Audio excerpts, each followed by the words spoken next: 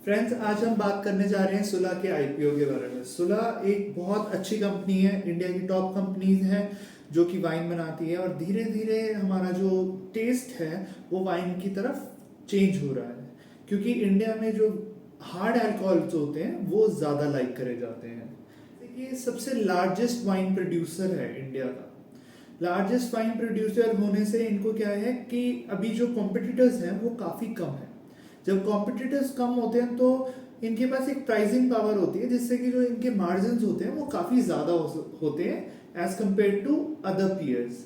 ये इंपोर्ट भी करते हैं और ये बनाते भी हैं। नासिक में इनके सारे प्लांट्स हैं जिसमें से ये मैन्युफैक्चर करते हैं वाइन। और वाइन एक बहुत लंबा प्रोसेस है। ऐसा नहीं होता कि वाइन आपने एक ग्रेप्स निकाले और सेम डे वाइन बन गई। तो वाइन को स्टोर किया जाता है। स्टोर अच्छी वाइन सालों तक स्टोर करती है और स्टोर करने से क्या होता है, उनका टेस्ट आता है और उससे उसकी वैल्यू बढ़ती है।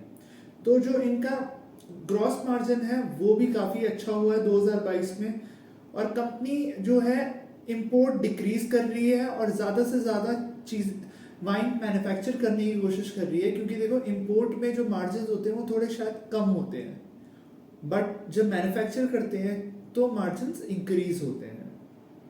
तो कंपनी बहुत सारी चीज़ों में सिर्फ वाइन प्रोड्यूस नहीं करती, डिस्ट्रीब्यूट भी करती है और टूरिज्म से भी काफ़ी ज़्यादा पैसा आता है इनको। टूरिज्म मीन्स नासिक में इनके पास रिजॉर्ट है जिसमें से ये मतलब लोगों को बुलाते हैं वहाँ पे और वाइन टेस्ट करवाते हैं। तो इनसे क्या होता है, क्योंकि ये एडवर्टाइज नहीं कर सकते तो इनके पास इनको एडवर्टाइज इनडायरेक्टली करना पड़ता है। जैसे अपने होटल में बुलाया और वाइन टेस्ट कराई, और धीरे धीरे जो इनके अपने टूरिज्म वाले क्लाइंट भी हैं वो काफ़ी ज़्यादा अल्कोहल कंज्यूम कर रहे हैं। और देखा गया है कि इसी से जो ब्रांड की वैल्यू होती है वो धीरे धीरे इंक्रीज होती है। अगर आप बाहर भी जाओगे तो आपको हर, जैसे आप जाते हैं सिटी से जाते हैं टूवर्ड्स सबर्बन एरियाज में, वहाँ पे वाइन प्रोड्यूसर्स होते हैं बड़े बड़े। तो वो वहाँ पे क्या होता है कि वहाँ पे आपके पास स्टे की ऑप्शन भी होती है और वाइन खरीदने की भी ऑप्शन होती है। तो इससे क्या होता है, जो वाइन प्रोड्यूसर्स हैं अपने आप को अच्छी तरीके से मार्केट कर सकते हैं। ये अब जो धीरे धीरे है डिस्ट्रीब्यूटर्स पे कम कोशिश कर रही है रिलाय करने की, और कोशिश कर रही है कि सीधी वाइन कंज्यूमर को बेच सके। क्योंकि देखो जब डिस्ट्रीब्यूटर आ जाता है तो वो बहुत ज़्यादा मार्जिन खा जाता है बीच का। बट जब आप डायरेक्टली कंज्यूमर को कोई चीज़ बेचते हो तो उससे क्या होता है, आपके प्रोडक्ट की क्वालिटी भी अच्छी रहती है, क्योंकि वो ज़्यादा देर तक डिस्ट्रीब्यूटर के पास नहीं रहती और क्योंकि ख़राब होने के चांसेस बढ़ जाते हैं। और जो मार्जिन ऑफ प्रॉफिट होता है वो काफ़ी ज़्यादा इंक्रीज हो जाता है जब आप डायरेक्ट कंज्यूमर को सर्व करते हो, क्योंकि अल्कोहल बाहर डिलीवरी अलाउड है अल्कोहल की, बट इंडिया में आप अल्कोहल को होम डिलीवर नहीं करा सकते। दवाइयाँ हो सकती है बट अल्कोहल नहीं हो सकता, जो कि गवर्नमेंट सोच रही है कि अल्कोहल भी स्विगी जैसे प्लेटफॉर्म से डायरेक्ट कंज्यूमर्स तक पहुंच सके। अब बात करते हैं आईपीओ की। आईपीओ पूरा ऑफर फॉर सेल है, मतलब ये कंपनी 960 करोड़ अपने प्रमोटर्स और जो एग्जिस्टिंग इन्वेस्टर्स थे उनको बाहर निकलने के लिए कर रही है। प्रमोटर्स जो है अपना स्टेक डिक्रीज कर रहे हैं इस फर्म में, और कुछ एग्जिस्टिंग इन्वेस्टर्स भी हैं जो कि अपना स्टेक सेल करना चाहते हैं। कोई भी पैसा फ्रेश इशू नहीं है। दैट मीन्स जितना पैसा है वो कंपनी के एक्सपेंशन के लिए यूज नहीं होगा, वो सिर्फ प्रमोटर्स को कंपनी से एक एग्जिट देने के लिए यूज हो रहा है, जो कि मेरे हिसाब से कुछ पॉजिटिव नहीं है। और मैं ये भी देख सकता हूँ रिटेल डिमांड भी इतनी हाई नहीं है, क्योंकि रिटेल इन्वेस्टर्स को लगता है कि एक कंपनी में प्रमोटर का इंटरेस्ट जो है वो काफ़ी ज़्यादा होना चाहिए। तो प्राइस रेंज है 240 से लेके 357 की, जो कि काफ़ी ओवरली प्राइस शेयर है। और नंबर ऑफ शेयर्स जो आईपीओ में दे रहे हैं वो है 26.9 मिलियन शेयर्स। तो इससे एग्जिस्टिंग जो शेयर्स है प्रमोटर्स का कम हो जाएगा और जो रिटेल इन्वेस्टर्स हैं वो काफ़ी ज़्यादा आ जाएंगे कंपनी में। देखो मेरे को ऐसा लगता है प्रमोटर्स के पास 10-12 साल का एक्सपीरियंस है और प्रमोटर्स चाहेंगे कि इस कंपनी की ग्रोथ हो, बट ऐसा भी हो सकता है ना कि इतना पैसा आने के बाद प्रमोटर्स का इंटरेस्ट ही कंपनी से कम हो जाए। बट मुझे यहाँ लगता है कि प्रमोटर्स इस पैसे से कुछ और स्टार्ट करना चाहते हैं। जब भी प्रमोटर्स ऑफर फॉर सेल करते हैं तो उनके कोई गोल होते हैं, इन्वेस्टमेंट गोल्स होते हैं, जहाँ फिर कोई पर्सनल गोल्स होते हैं जिनको वो अचीव करना चाहते हैं। और मेरे हिसाब से मार्केट कैप जो कंपनी का है वो 3,000 करोड़ तक पहुंच जाएगा। देखो, अगर आप इनके कॉम्पिटिटर्स की बात करते हो तो उनका तो मार्केट कैप 10,000, 20,000, 30,000 करोड़ का है। जैसे आप बात करते हो यूनाइटेड ब्रूअरीज की, रैडिको खतान की, ये लिस्टेड पीयर्स हैं जिनकी प्राइस वैल्यूएशंस काफी हाई हैं। अब बात करते हैं शेयर होल्डिंग पैटर्न की। जो प्रोमोटर स्टेक है वो 1% के करीब कम हो जाएगा, और पब्लिक इन्वेस्टर्स जो एग्जिस्टिंग थे पुराने वाले, उनका स्टेक 28 से लेकर 2% तक पहुंच जाएगा। इसमें जो पब्लिक की शेयर होल्डिंग है वो 64% तक बढ़ जाएगी।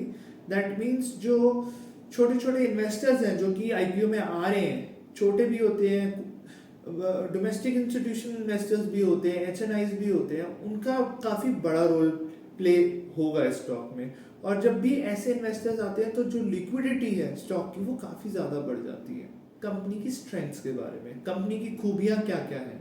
कंपनी काफ़ी ऐसे बिजनेस में है जो धीरे धीरे करके इंडिया में काफ़ी ज़्यादा एक्सपैंड हो रहा है, इसकी सेल्स भी बढ़ रही हैं। और जो कंपनी है वो टूरिज्म में काफ़ी फोकस कर रही है। टूरिज्म से इनके रेवेन्यूज भी इंक्रीज होते हैं और इनकी जो ब्रांड की वैल्यू वो भी इंक्रीज होती है। और कंपनी का फोकस प्रॉफिटेबिलिटी में है। प्रॉफिटेबिलिटी पता चल जाती है जब भी कंपनीज लो प्राइस गुड्स से हाई प्राइस में गुड्स पे जाती है, तो उससे पता चलता है कि कंपनी को कम माल में भी ज़्यादा प्रॉफिट कमाने का मन है। जो बिजनेस है इसमें बैरियर्स काफ़ी है क्योंकि रेगुलेटेड बिजनेस है। आपकी गवर्नमेंट रेगुलेशंस बहुत ज़्यादा है।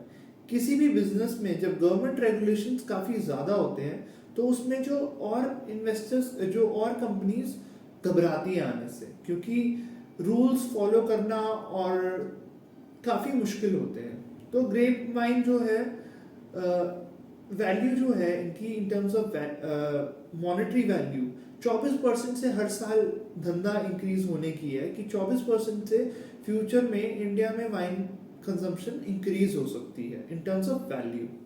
और एक्सेप्टेंस भी बढ़ रही है और हेल्थ बेनिफिट्स भी हैं वाइन के, जिससे कि कंसिस्टेंट रेवेन्यू आ सकते हैं कंपनी के पास। अब बात करते हैं कंपनी क्या परेशानियों से गुजर रही है। देखो, जो सिंह गुड्स होते हैं वो हाईली रेगुलेटेड और टैक्स्ड कमोडिटीज होती हैं, इनमें काफ़ी ज़्यादा टैक्स लगता है। और जब भी गवर्नमेंट टैक्सेस इंक्रीज करती है तो इनकी डिमांड भी कम होती है, और जो कंपनी के प्रॉफिट मार्जिन भी हैं वो भी रिड्यूस होते हैं, क्योंकि एकदम से कंज्यूमर पे प्राइस इंक्रीज करना थोड़ा सा डिफिकल्ट होता है। और बात है, अगर शॉर्टेज होती है रॉ मटेरियल्स की, जैसे कि ग्रेप है, तो इससे कि सेल्स काफ़ी एडवर्सली इफेक्ट हो सकती है। और कई बार ये भी होता है कि बैड क्लाइमेटिक कंडीशन से काफ़ी क्वालिटी ख़राब हो जाती है वाइन्स की, जिससे कि कंपनीज की सेल भी ख़राब हो जाती है, और फ्यूचर में जो एक्सपेंशन की सोच होती है कंपनी की वो काफ़ी कम हो जाती है। क्योंकि जब भी सीज़न ख़राब होता है वाइन का, तो एक साल का जो प्रोड्यूस होता है वो ख़राब हो जाता है। उससे क्या होता है, एक साल की जितनी भी कंपनी की मेहनत होती है वो ख़राब हो जाती है। टर्नओवर है, इन्वेंट्री टर्नओवर है, वो काफ़ी कम है as compare to other FMCG companies. Declining imports भी हैं, इंपोर्ट में जो टैक्सेस हैं वो काफ़ी कम हो रहे हैं। एफटीए अभी साइन हुआ है ऑस्ट्रेलिया के साथ, जिसमें आशंका है कि फ्यूचर में जो बड़े बड़े यूरोपियन और ऑस्ट्रेलियन प्रोड्यूसर्स हैं वाइन के, वो अच्छा कंपटीशन दे सकते हैं इस कंपनी को। क्योंकि देखो, उनके पास नो हाउ भी है, टेक्नोलॉजी भी है, और उनके पास काफ़ी सालों का एक्सपीरियंस है जो इस कंपनी को काफ़ी इफेक्ट कर सकता है। क्योंकि ये कंपनी 10 साल पुरानी है, बट जो पुराने वाइन प्रोड्यूसर्स हैं वो तीसरी से चौथी जनरेशन चल रही है, तो इनको काफ़ी ज़्यादा आने वाले टाइम पे कंपटीशन फेस करना हो सकता है। और जो ग्लोबल कंजम्पशन है वो 13.5% की है। मतलब कि अगर ऑस्ट्रेलिया में 100 बंदे हैं तो वो 13 बंदे वाइन पीते हैं in terms of alcohol consumption. But India में सिर्फ 1% लोग टोटल अल्कोहल कंजम्पशन में से वाइन पसंद करते हैं। तो अभी इंडिया में वाइन का जो कल्चर है वो इंक्रीज हो रहा है, बट इतना एक्सपोनेंशियली इंक्रीज नहीं हो रहा है। तो फ्यूचर में सस्टेन्ड रेवेन्यू दिख सकते हैं, बट वो धीरे धीरे ही इंक्रीज होंगे। अब बात करते हैं कैश फ्लोज की। कैश फ्लोज 350 करोड़ से भी ज़्यादा की थी 20 साल में, 2020 में। 2021 में 407 करोड़ की कैश फ्लोज आई, बट 2022 में कैश फ्लोज काफ़ी कम थे, क्योंकि हाई ऑपरेटिंग एक्टिविटीज़ में हाई डेप्रिसिएशन थी और हायर इंटरेस्ट एक्सपेंस था। हायर डेप्रिसिएशन से हमें ये भी पता चल सकता है कि जो कंपनी की जो मैन्युफैक्चरिंग फैसिलिटीज़ हैं पुरानी है, और फ्यूचर में हो सकता है कि काफ़ी कैपिटल इन्वेस्टमेंट की नीड बढ़ सके कंपनी की। और कंपनी ने काफ़ी ज़्यादा फाइनेंस से पैसा रेज किया है, मतलब कंपनी ने काफ़ी ज़्यादा बोरिंग करी है। उससे क्या है, इनके जो इंटरेस्ट एक्सपेंस है वो काफ़ी ज़्यादा इंक्रीज हुए हैं। और फाइनेंसिंग एक्टिविटीज से हमें ये पता चलता है कि कंपनी शॉर्ट टर्म की रीपेमेंट कर रही है लोन्स की। हो सकता है कि लॉन्ग टर्म काफ़ी ज़्यादा डेब्ट हो, शॉर्ट टर्म पे करके लॉन्ग टर्म डेट लेके शॉर्ट टर्म की पेमेंट कर रही हो, क्योंकि देखो इंटरेस्ट कॉस्ट तो इंक्रीज हो ही रही है। और कंपनी ने इशू शेयर करे जिससे कि डाइल्यूशन इफेक्ट हुआ है एग्जिस्टिंग शेयर होल्डर्स को 2022 में। इनका जो आरओई और आरओसी है वो काफ़ी ज़्यादा है पीएस से, और क्योंकि इन्होंने रेवेन्यू भी ग्रोथ किया है और इनकी जो कॉस्ट है थोड़ी कॉम्पिटिटिव है और प्लेयर्स से, जिसकी वजह से इनका जो प्रॉफिट मार्जिन है वो काफ़ी ज़्यादा है। इनका जो प्रॉफिट आफ्टर टैक्स है वो पीएस में सबसे ज़्यादा है, और देखा गया है कि ये थोड़ा अंडर वैल्यूड स्टॉक है। अगर आप और कंपेयर करोगे और पीएस को, तो ये थोड़ा अंडर वैल्यूड स्टॉक है, क्योंकि और कंपनीज की जो प्राइस अर्निंग रेशियोज है वो काफ़ी ज़्यादा है, बट इस कंपनी की जो प्राइस अर्निंग रेशियोज है वो काफ़ी कम है। तो मेरे हिसाब से as compare to other peers इस कंपनी में दम है, बट क्योंकि ये ऐसी सेगमेंट में डील कर रहे हैं जो कि फ्यूचर में ग्रोथ होगी, बट एग्जिस्टिंग डिमांड इतनी ज़्यादा नहीं है।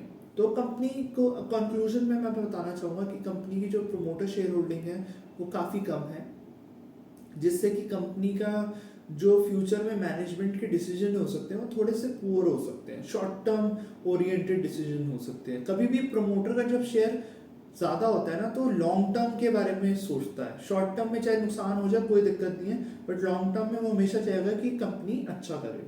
और रिटेल इन्वेस्टर्स की डिमांड इस आईपीओ में काफ़ी कम रही है, और कंपटीशन के बढ़ने से और रेगुलेशंस के बढ़ने में इस कंपनीज को इस सेक्टर में ऑपरेट करना थोड़ा सा टफ हो जाता है। और ऑलरेडी बड़े प्लेयर्स हैं जैसे कि यूनाइटेड ब्रूअरीज, ज़ाइडेको कतान, जो कि अच्छे वाइन प्रोड्यूसर्स से सस्ते में इंपोर्ट कर सकती है वाइन्स, जिससे कि ये एक बिजनेस ऐसा है जिसमें कि काफ़ी इजीली आप किसी भी प्रोड्यूसर से वर्ल्ड में सस्ती रेट पे वाइन खरीद सकते हो। तो ये थोड़ा सा मतलब जब पीयर्स भी सेम बिजनेस कर सकते हैं, तो इस बिजनेस में मुझे लगता है थोड़ा कम दम है। और जो कंज्यूमर की प्रेफरेंसेस हैं वो काफ़ी धीरे धीरे इंक्रीज हो रही हैं टूवर्ड्स वाइन। तो मेरे हिसाब से इस कंपनी में इन्वेस्ट करना बनता नहीं है। और ये कंपनी लिस्टिंग गेन में तो पैसा कमा जाए, बट फ्यूचर में पैसा कमाना इनके लिए थोड़ा सा टफ होगा।